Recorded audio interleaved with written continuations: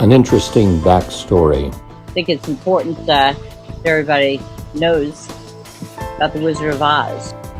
A professional with decades of experience in her field. I'm a psychotherapist who works pretty much exclusively with law enforcement officers, as well as other first responders. Strong opinions and a definite point of view. What people see on the streets, this job, is not normal. Brutally honest and funny. When I get a call in the middle of the night and they've been drinking beer, they're normally crying over a relationship. When they're drinking Jack, they get on the phone and they start off with, "Hey babe." She identifies problems, probes, pokes, and makes you think. So if something happens to your family, which is truly your biggest fear, and you haven't thought about every single potential of what could go wrong, then you feel like you failed. She has her own special style. You're either part of the problem or part of the solution. Pick a side. Welcome to StephTherapy911 with Stephanie Samuels. Hello and welcome to StephTherapy911 with Stephanie Samuels. Today I have John Sierega, who wears a few hats in my life, but he is the Director of Field Services and Public Affairs for the Texas Municipal Police Association, and he is also on the board of Copline. So I asked John to come on tonight. Okay, so if I have to be completely honest, so John asked me to come on and do a Facebook with him for TMPA to actually discuss, which is just spot on with us, what's going on in the country, and as a therapist, kind of talking about what law enforcement all over the country, can do to kind of get through some of the most tumultuous times. As we know that the George Floyd case is now coming to court. That jury is being picked. So, kind of how can officers take care of themselves, and what can they do? So, I was always more than happy with John to do whatever he asks and what TMPA needs. And if you're in my life, there's always a catch. So I said, sure, John. And then afterwards, if you wouldn't mind, let's do Steph Therapy 911, and let's talk more in depth about both what the Texas Municipal Police Association is doing legislatively, kind of what's going on with qualified immunity, what's going on with law enforcement, and and our country. For those of us, we tape here. I'm back in New Jersey, and though we've got people all over the country that watch, that Texas has just been such a huge stronghold for law enforcement, believing that, hey, that there's no greater government in the country that's more law enforcement friendly there, and that God forbid that ever changes, kind of what that's going to look like. So, some of the fears, and again, media is just horrendous with, making it seem like, hey, Texas is turning, and, this is kind of the end and what have you. So I wanted to be able to talk about more in depth than usual, some of the legislative stuff that goes on, the bills that right now are in Texas, kind of what's being fought, what's being won, what's being questioned, the morale that you see that's going on with law enforcement there, what's working, what's not working, and just kind of being able to have a conversation about that, and the benefits of our listeners to be able to do that. So thanks, John, for coming on board. And I know that you spend a lot of time. Every time I'm texting you or whatever, you're somehow or another located in the Capitol with really, really long days. So one of the things that New Jersey doesn't understand is that Texas does not have unions. That Texas Municipal Police Association is just that; it's an association. Whereas in New Jersey, you're either FOP or you are PBA, and those are two strong unions that are here, and yet the state of Texas doesn't have that. So kind of what TMPA is, and what the role that you guys have to educate, because what you guys have done is such an outstanding job. As you know, I will always sing your praises and TMPA praises for the support that you show truly for law enforcement, and how you don't say, hey, if you're not a TMPA member, well, tough crap. But really how you guys have prioritized just taking care of anybody. That's in uniform. So. Yeah, well, and thank you, Stephanie. Thank you for the opportunity to come on and talk about this stuff. So, we started 2020. Actually, it was this time last year. We had a pandemic hit, and that was something new to all of us. How is law enforcement going to deal with this pandemic? And then shortly after the pandemic starts, then we have the George Floyd incident, and we had riots across the country. And while the country was burning, we had politicians abandoning law enforcement. Many, many, many politicians just absolutely abandoned politicians. And we were fortunate in Texas that at that time, we were still a little less than a year out from our next legislative session. And I say we were fortunate because in other states which had legislative sessions in progress, you had what I would call knee-jerk reactions to the George Floyd incident. You had legislators across the country pushing quote unquote reform through in the name, just to, and this may sound cold, but to appease a very small but a very vocal group of people. The people that were out there protesting.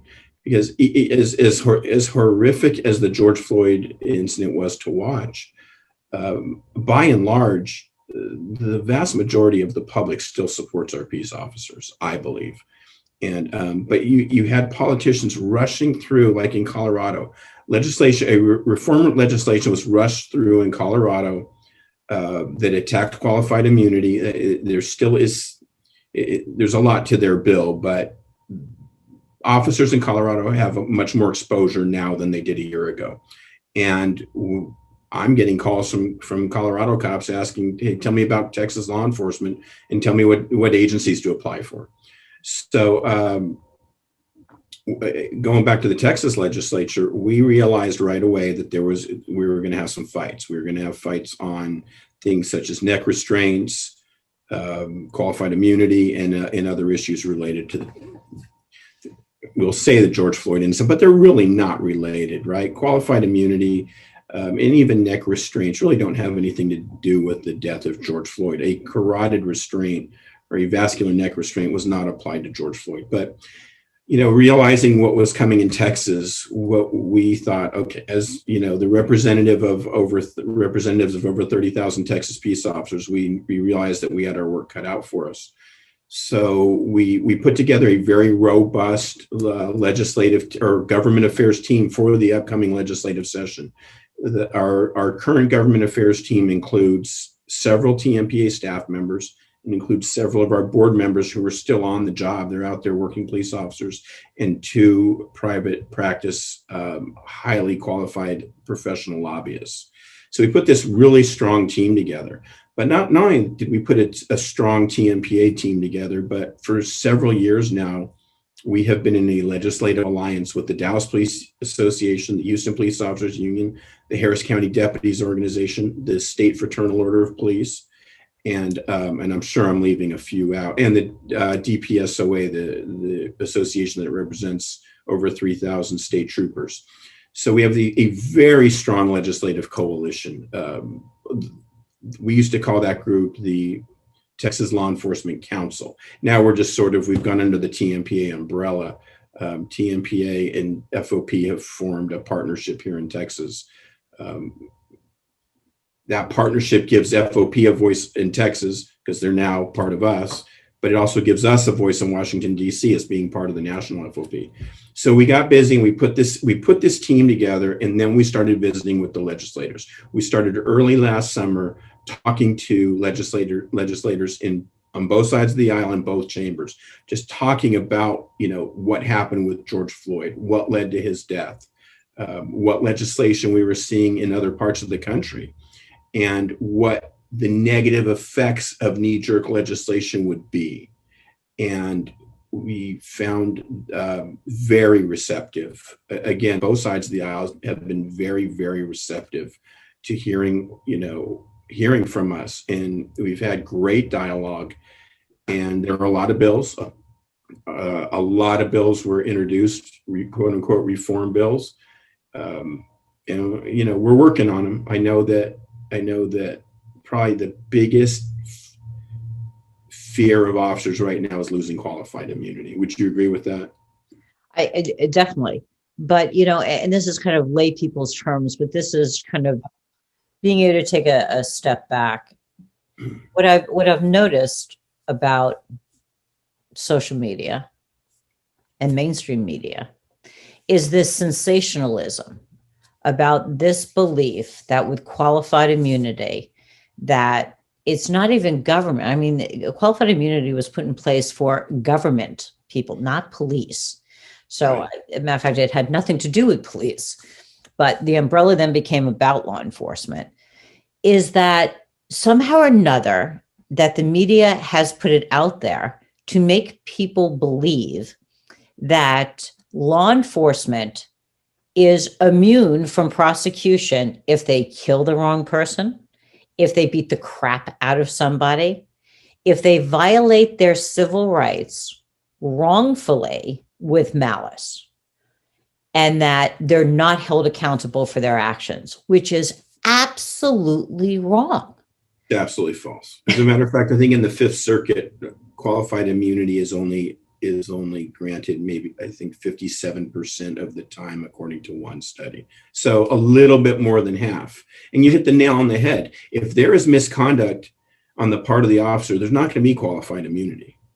But if a police officer does everything legal, follows his department policy, then qualified immunity comes into play, but it still has to be granted by the court. And they still get their day in court.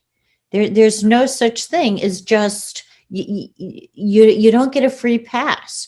And then you still, even if that threshold is met and it's not criminal, you still have civil. It doesn't, somehow or another, people think that it is just Wile E. Coyote out there that's able to do whatever they want.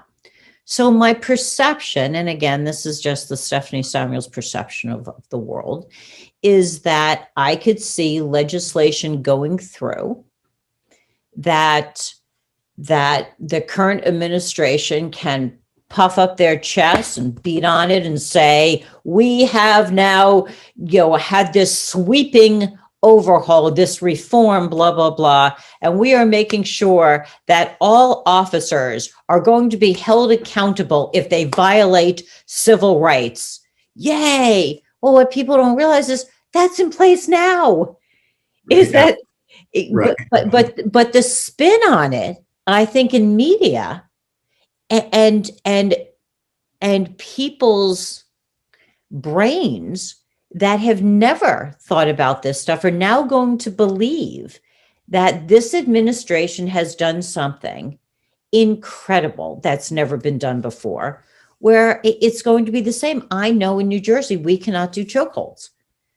So, when the list came out, the Attorney General here in New Jersey of what was going to be acceptable or not, my cops are looking at this going, oh, there's nothing we need to do differently than we've already been doing. Right. So, right. But it's the public, and this is what the greatest enemy is not COVID.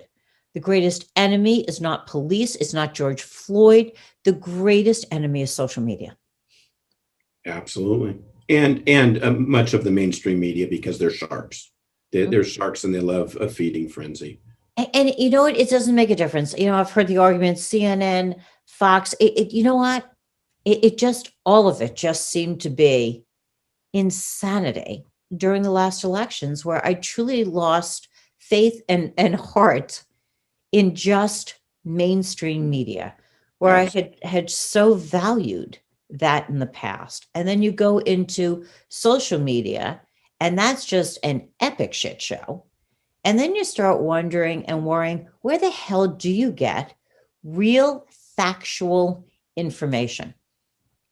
And that's what becomes a lot deeper, and the task much, much more daunting for us as the public.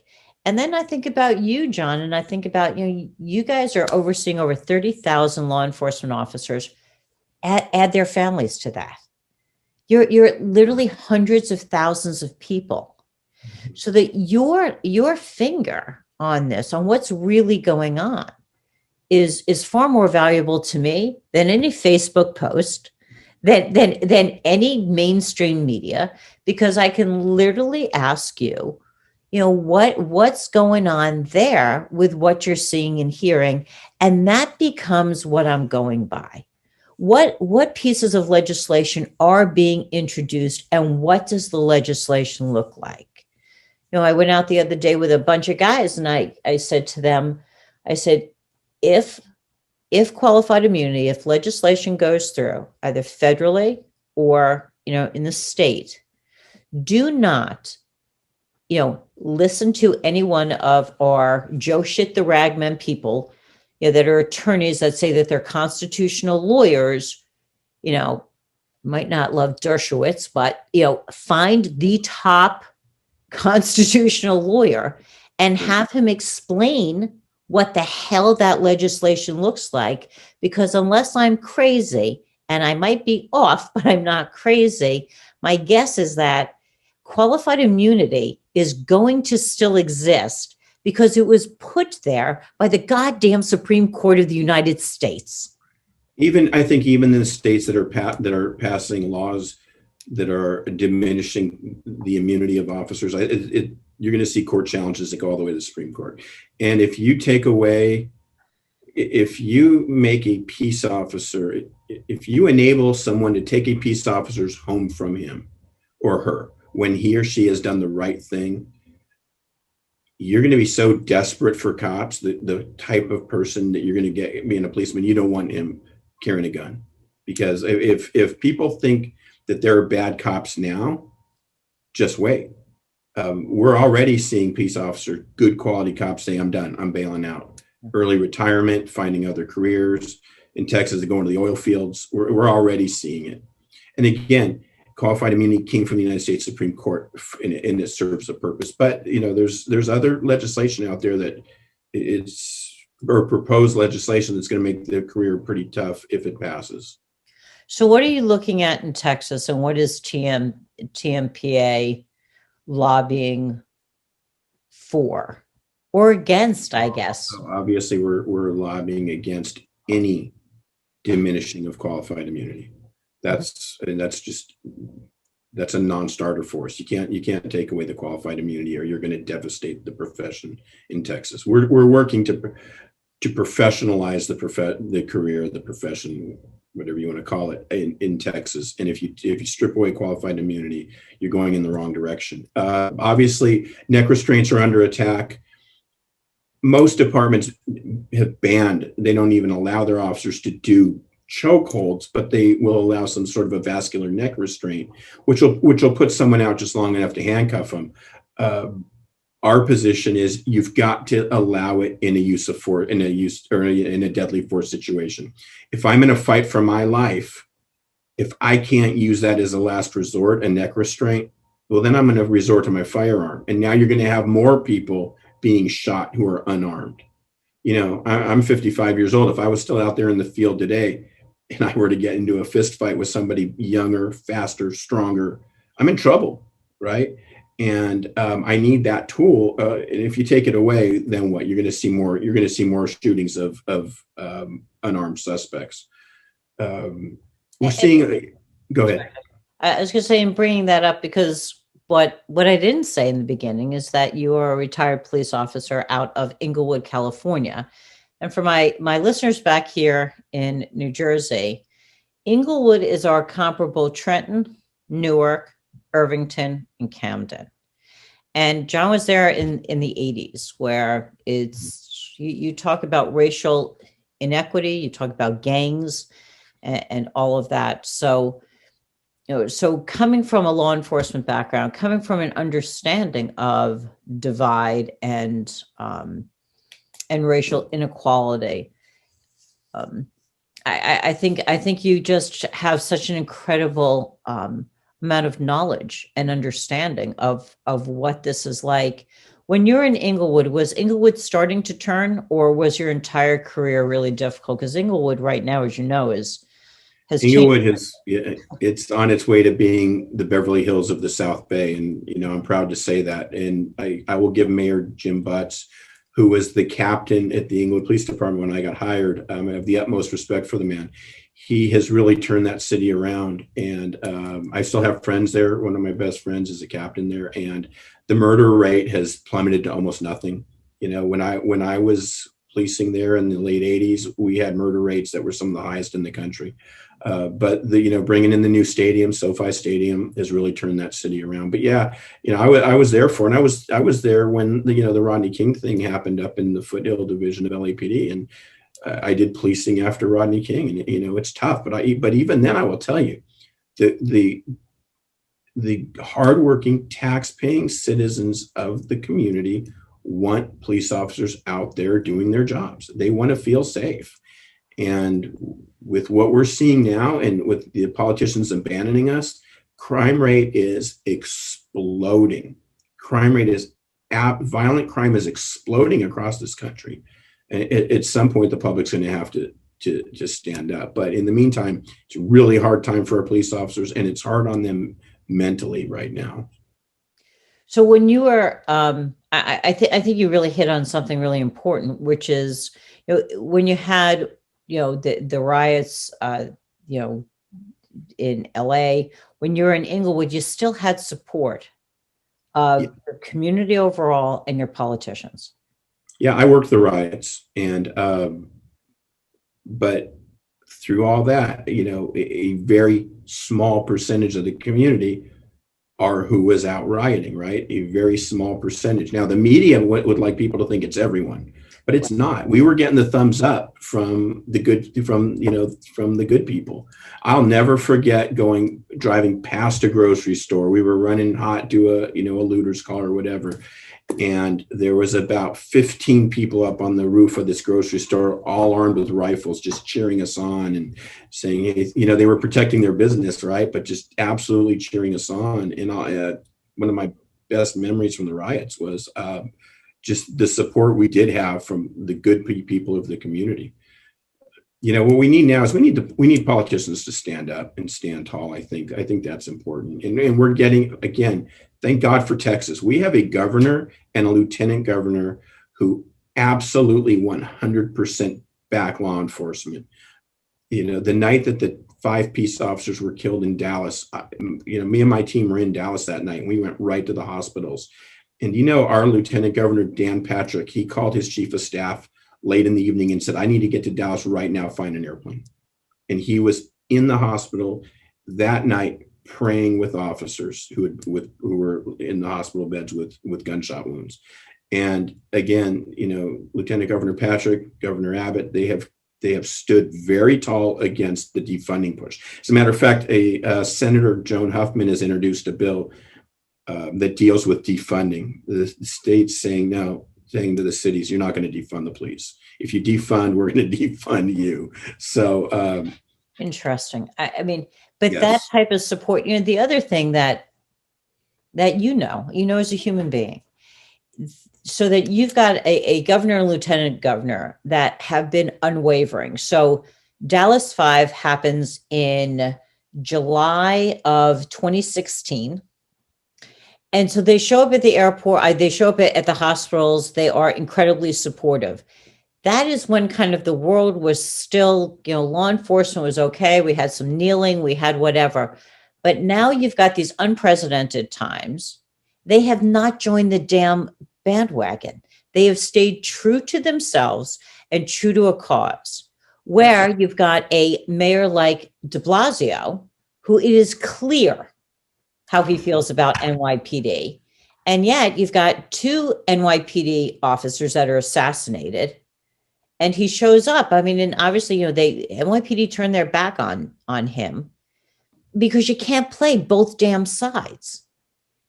And, New Jersey, we've got very similar stuff going on. We've got an attorney general's office.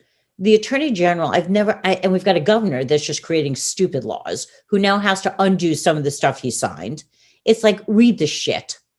But So you've got that, and then you've got an attorney general who is coming out who wants to put, officers' names that have major discipline. Major discipline in the state of New Jersey is over 5 days. It is subjective by department, and he wants to put out their addresses or what have you. Supports our governor, continues with the rhetoric of law enforcement, and then is running our officer wellness programs, and wants to deal with mental health. Pick your side. Don't show up at a hospital and then shit all over them legislatively. Right. No, So, absolutely. so the congruency in Texas is lovely. Yes. It is easy to get behind a politician, a person. I don't care what your vocation is, a person that is true to themselves and their cause. Absolutely. I couldn't agree more. Now, I probably shouldn't be making this public because too many people are moving to Texas as it is. But every day more people. Here's some irony for you. Every day more people move here from California. It's just unbelievable. I know. Californians. But here's a problem. They're leaving California to escape policies, certain policies, right, that have really come along just in the last 20 years or so, since California politically kind of went from right to left. Mm-hmm. But now they come here and they're voting the same way they voted in Cal. Well, what do you think is going to happen? And I'll tell you, and along those lines leads me right into another hot topic, which is just has police officers, it's probably causing a lot of ulcers, is you have anti-law enforcement, anti-criminal justice lawyers running for district attorney. And they're winning. They're getting elected. We have them in Texas. It's unbelievable. I have a vice president now of the United States. That was that. It's unconscionable to me that you can have a district attorney who takes office for the sole purpose of prosecuting policemen, and they're doing it. You have it happening. You have anti-law enforcement lawyers getting elected district attorney. What is that going to do to crime in America? And then they turn around and say, well, let's create civilian teams to respond to calls. Oh, that's brilliant. How many people are going to get killed? So my favorite is the social worker, is that they want social workers to show up to like domestics and stuff.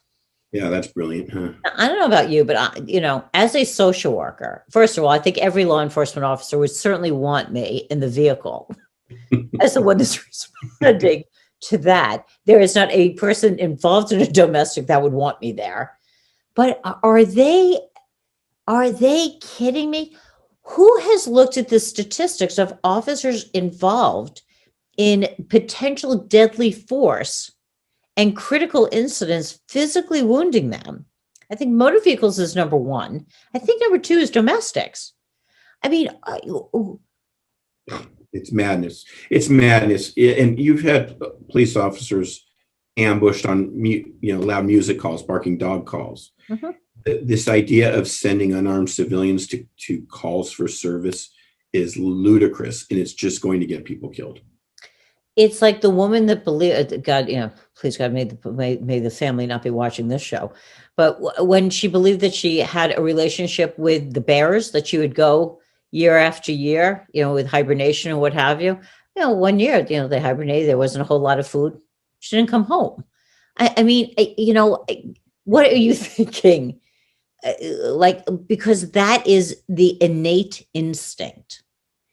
And when you go to these calls, to me, this isn't about a political party. I've never been all that political. I've got, if I really do run pretty dead center, beliefs that will cross both lines. But when it comes to looking at human beings, taking care of other human beings, wanting to be able to do the right thing, that's not politics. There are laws. Absolutely. And that can there be reform and different systems? Yes. Do I think that we need a much better reintegration system than we have?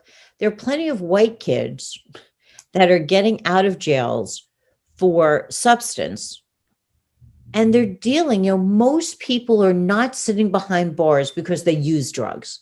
They are sitting behind bars because they distributed drugs, not because they used them. Right. So, but now you get them out of jail and you send them back to the same places that they grew up with, the same friends, and expect a different outcome.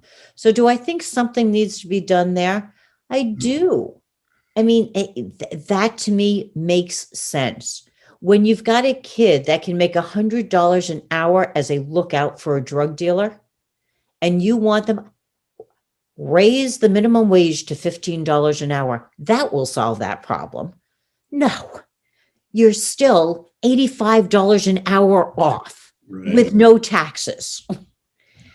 So how do we combat that system? I mean, there's a whole lot of stuff that I think would be far more valuable than telling those that are protecting, those that don't do anything, egregiously wrong. I will certainly never put myself in that I don't do anything wrong. I'll be on the egregiously wrong scenario.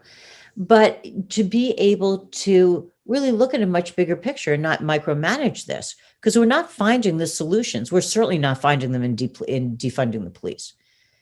And I've always felt that, when Obamacare came out and stuff, if you really want to do that and you think it's so great, then the government themselves needs to be able to go into the same system and pick from their insurance policies. Right. The same thing to me is when you start defunding police. Well, guess what? You now are going to lose your protection. You don't get the armed people. You're going to tell me that it's because you're a target? Tell that to the people in the housing projects. Yeah. Yeah, I absolutely agree. And I agree that there are things within the criminal justice system which could be improved. But I think you have to look at the long-term fixes. And I'll give you an example. Down there in Harris County, Texas, what's Harris County? Second or third largest county in the country. You have people committing violent felonies being given very small bail amounts. And they're going right back out in the streets. And they're committing violent, and they're repeating their violent crimes. I heard recently that there have been 90 murders committed in Harris County by people who were out of county jail on previously committed felonies out on low bail. Hey, bail exists for a reason. Bail exists for a reason, to take dangerous people off the street and keep them off the street until their case is adjudicated. And what they're doing down in Harris County is just an absolute miscarriage of justice. The how cops are they doing it, John? How? What's in place? Yeah. How are they doing it? How are they getting them out so fast? Judges set the bail, and they're setting ridiculously low bail. Judges? Yes. So we've got bail reform in New Jersey. I can't figure out that algorithm to save my life, but it is so frustrating for law enforcement because they're literally out the next day. It's like a catch and release.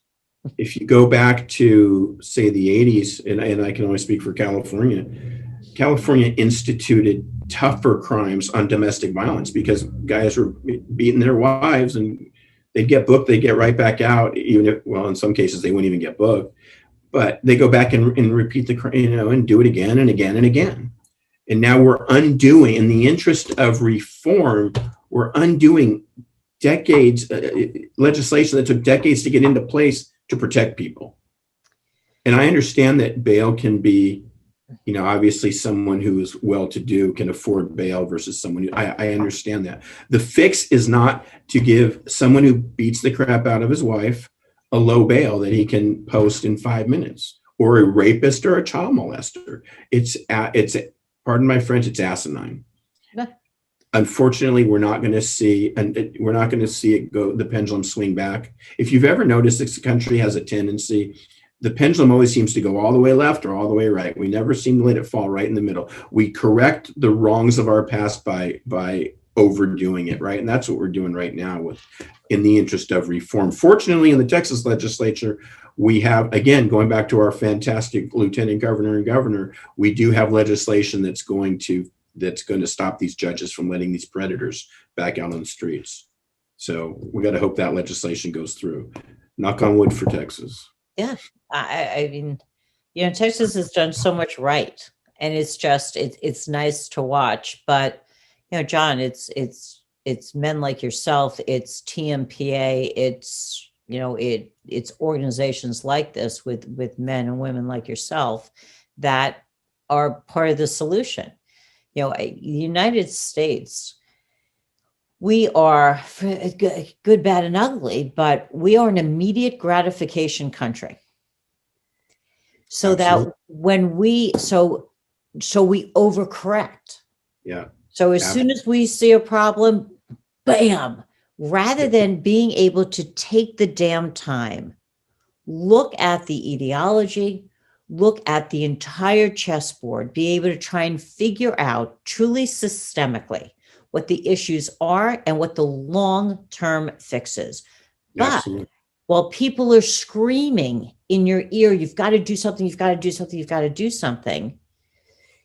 So that's where that overcorrecting, which then forces the overcorrection in the other, manner. I remember, September 11th. I mean, everybody that's alive today will remember September 11th. And, I just remember thinking, my God, I mean, I went down there on September 22nd to rubble. I mean, one of the guys that's watching now was with me that day and is just, first of all, it looked like war-torn Germany, what I had seen in books. And I thought to myself, we are never getting out of this shit. I mean, like, how do you dig through this?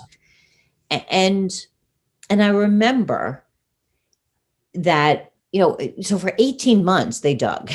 I mean, but the media was long gone. The country had moved on. And I thought to myself, how horrible.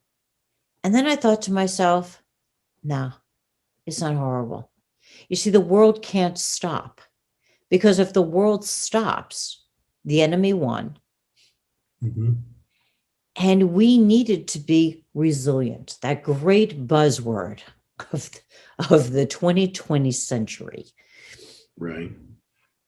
Is that we needed to figure out how to go on.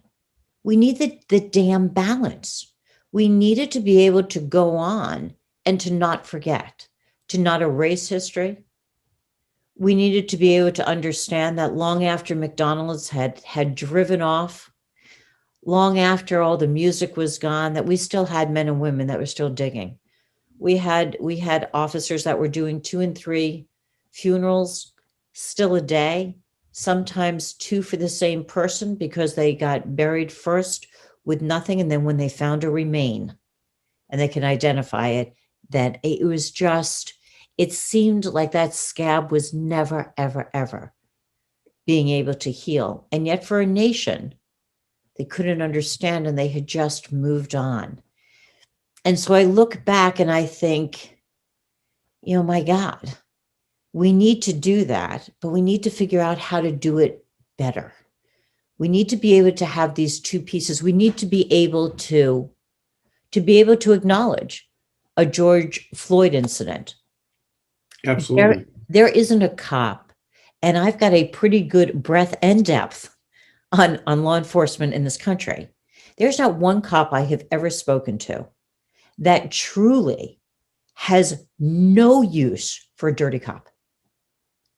Far more than a civilian doesn't have use for a dirty cop. That tarnishing that badge to somebody that wears it, which I do not and have never, there is no threshold higher than that for them. So being able to paint the brush in the media that all cops are like that, instead of being able to use the law enforcement community themselves to talk about the damage that's done that day, what they feel they need to do, because law enforcement will build those bridges before anybody else does. Mm-hmm. Yep, absolutely. But we're so busy overcorrecting that they couldn't do that. And now we don't even have Mr. Potato Head. And poor Dr. Seuss, who went to Dartmouth, one of the more liberal colleges, he just took a bloodbath. Right. Talk about overcorrecting. And you wonder where that pendulum, and I really truly hope as a mom, as a professional, that I hope that overcorrecting doesn't happen, although history will repeat itself, because we really do need to end up somewhere in the middle. We need to be able to have people that are individuals, people that are able to break glass ceilings, where skin color doesn't matter, where there is equality. But we need to build from that. Like I said, we need to look at strict reintegration programs. We need to be able to mentor people. We need to be able to do that so that we can have more people that understand both social justice as well as the justice system itself, that go into fields that continue to better us, not facilitate this us versus them. And that's, I've got a friend of mine who's a civilian who talks about, well, you're one of them. I'm like, what's one of them? What's one of them? There is no us and them. There are people who are going out every day protecting your rights. I don't think people understand. I remember talking to a friend of mine who was in the military, is high ranking, and it was right after the Fort Hood shooting. And I said, I just don't understand. Don't we know where these camps are that they're training people? He's like, yes. I'm like, then why aren't we doing anything? And I'll never forget, he said to me, what part of the Constitution, Stephanie, would you like us to defend for you? I was like, huh? And he's like, they are allowed to do this. Mm-hmm. We know where they are, we watch, but they haven't broken the law. If we decide to go in and we violate their civil rights, we become them. Oh, I just wanted to take my bat and ball and just run home. And that goes back to the damn qualified immunity stuff, is cops are held accountable and responsible for violating civil rights.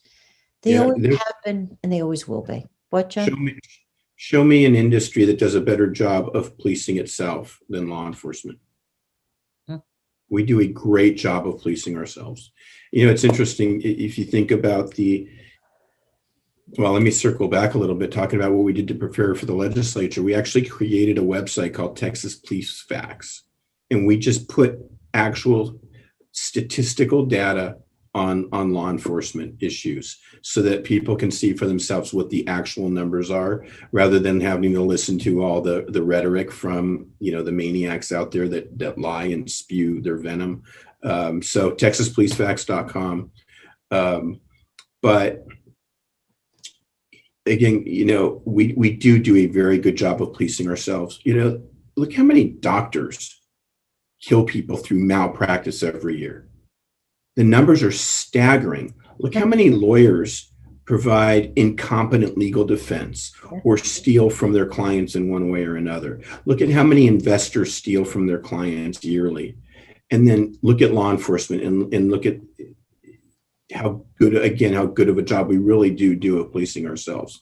If you look at the amount of contacts police officers have every single day across this country and compare that to what people consider the quote, excessive uses of force, the numbers are just, the numbers are minimal of bad behavior by police officers. Any bad behavior is not acceptable. But again, compared to the 250,000 people a year that died due to medical malpractice, why isn't Antifa demonstrating against doctors who kill people through malpractice? Why isn't CNN going after bad doctors? I don't get it. It's disheartening. It is. And yet, again, it's that social media. It's what sells papers. The good stories don't. Cop line on social media. One of the guys is doing the social media, and he always posts. Once a week is the good story of the week, where it's the video of an officer doing something wonderful, and yet we have dozens and dozens and dozens of those to pick from.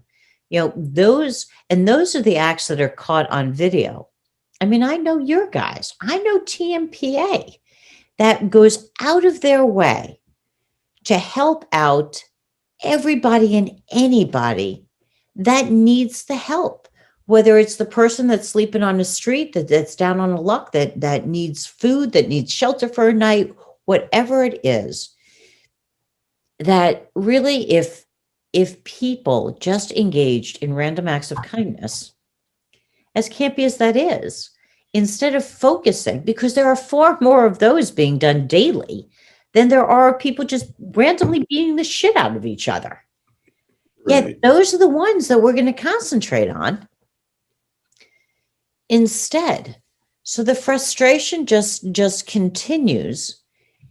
But for law enforcement to have a Texas that truly, and John, I think you probably know this from California, but I'll tell you that Texas is the state that's kind of revered when it comes to law enforcement. That the other 49 states are looking at Texas and saying, what's Texas doing? Because if Texas goes down, if all of a sudden all of these rights are removed from Texas, we're screwed every place else in the country. So kind of all the eyes and ears of our law enforcement are really very much on you guys, so that when TMPA is sending out their legislators, I don't think that you guys always realize that you're not just sending them out for your state. You've got all eyes on you that is just holding you up in such high regard, saying, this is a state that will always take care of us. You guys are the good parents. Yes. And and that weight is so important for you guys to know. And being able to almost do, the national address to the rest of the law enforcement community that says, Texas is in the house. We got you. We got your 6. We got your 12. We've got your 3. We've got your 6. We got your 9. We got it all. And that we haven't forgotten you. And yes, that there are Californians that are moving here, and there are lots of people, but there's a reason why they're moving. Absolutely. And that, you guys have always had pretty liberal gun laws, particularly after Lubby shooting,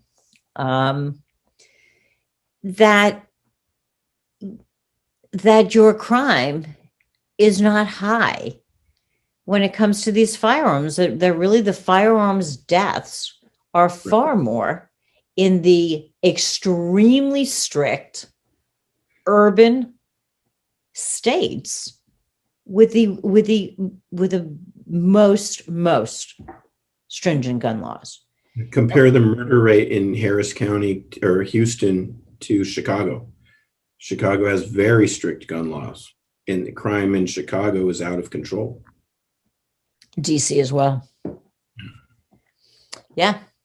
So, there's really, there's so many bigger fish to fry, and so much more to really deal with than what our politicians are truly hyper focusing on at this point. And yet, it's what we in society are left to have to hyper focus on as well, that we've got to make sure that we are protecting those that protect us, because the only other solution is we are going to police ourselves.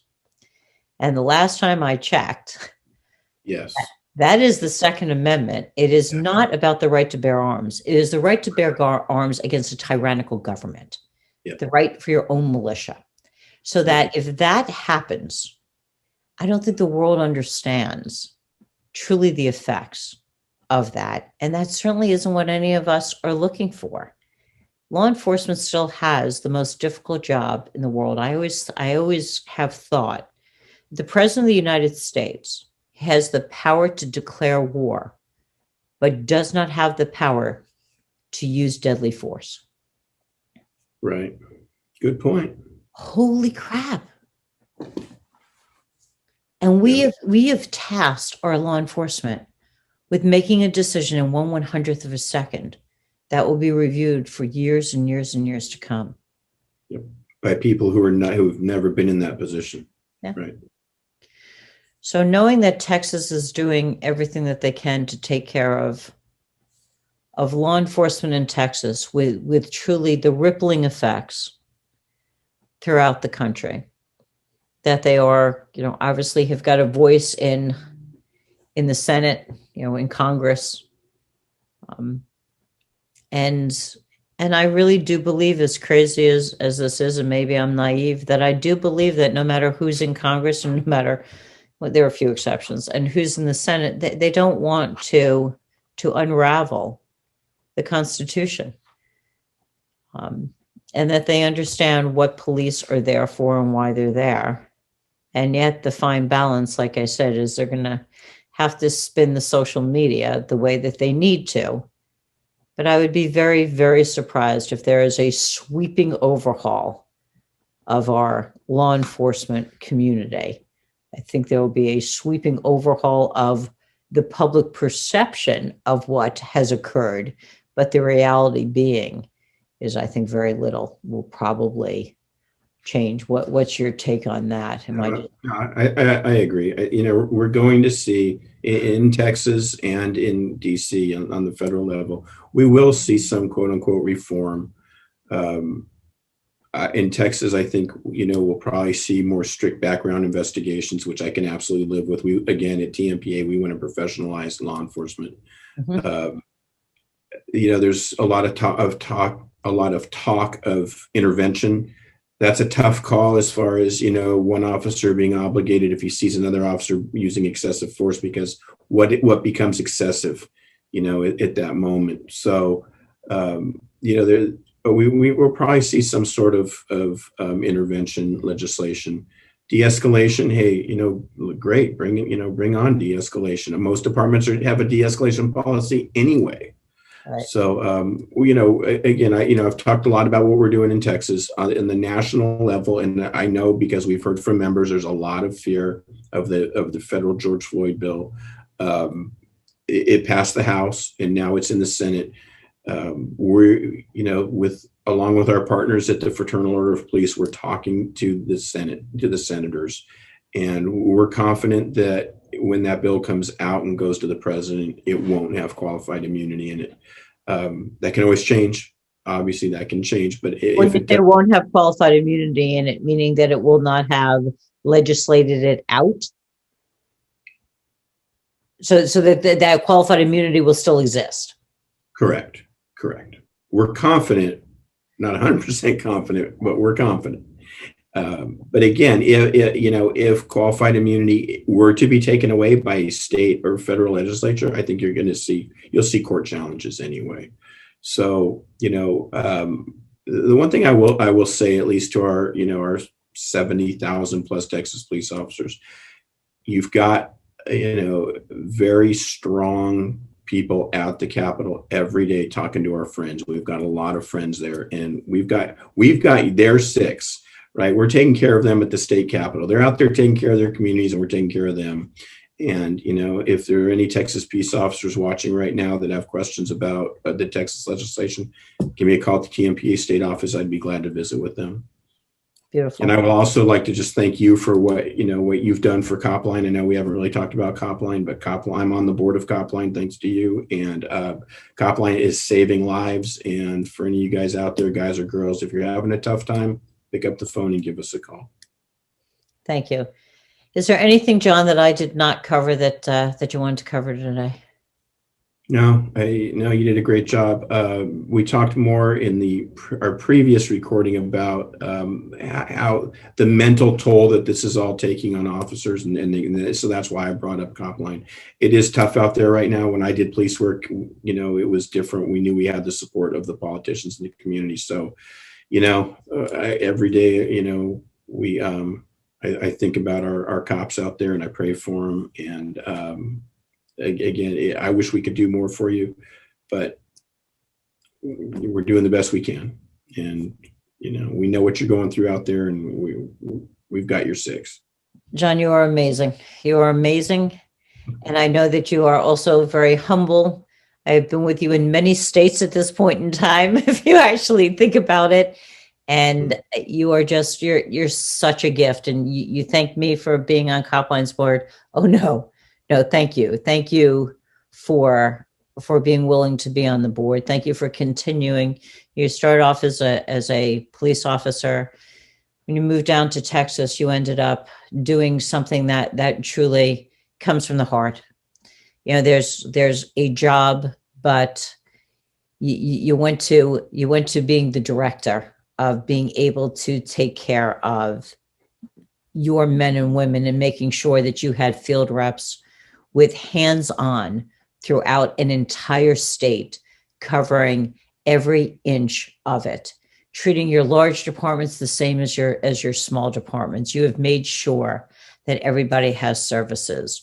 You are the public affairs component to make sure that you've got a presence, that you are able to bring the voice of those 5-man departments, as well as the thousands in other departments, to your legislator is a gift. And I'm honored. I'm honored to be able to truly call you friend.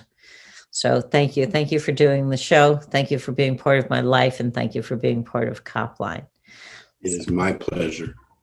All right. So take care, everybody. Be safe. Stay warm for those of us still back east, Colorado. Hopefully you've dug yourself out by the time you see the show. And I will see you all next week. Take care and have a good week.